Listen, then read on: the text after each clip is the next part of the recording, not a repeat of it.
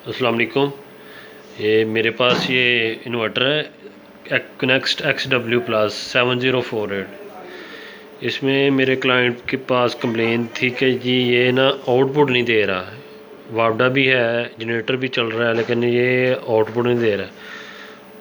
ऊपर से इस पर फॉल्ट आ रहा है F555 का जो फॉल्ट है स्नाइडर में ज़्यादातर आता है EEPROM का।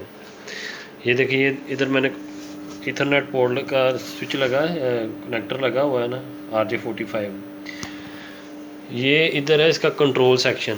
यहाँ से जो डाटा जो कंट्रोल बोर्ड और ये जो है नेटवर्क बोर्ड, इसकी आपस में जो कम्युनिकेशन है ना वो डिस्टर्ब हुई होती है, जिसकी वजह से ये ना F555 फॉल्ट आ रहा है मुसलसल से।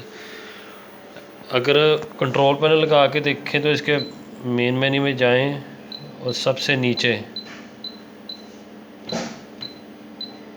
Device info fault 55 time not warning में जाए 48 आ रहा है, व्यू डिवाइस में F22। ये देखें मुसलसल इसमें ना यही फॉल्ट है।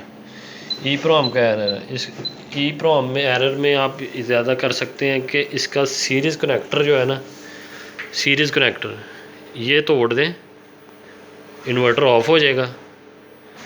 ये देखिएगा, ये सीरीज़ कनेक्टर और ये सीरीज़ कनेक्टर, इसको ओपन कर दें।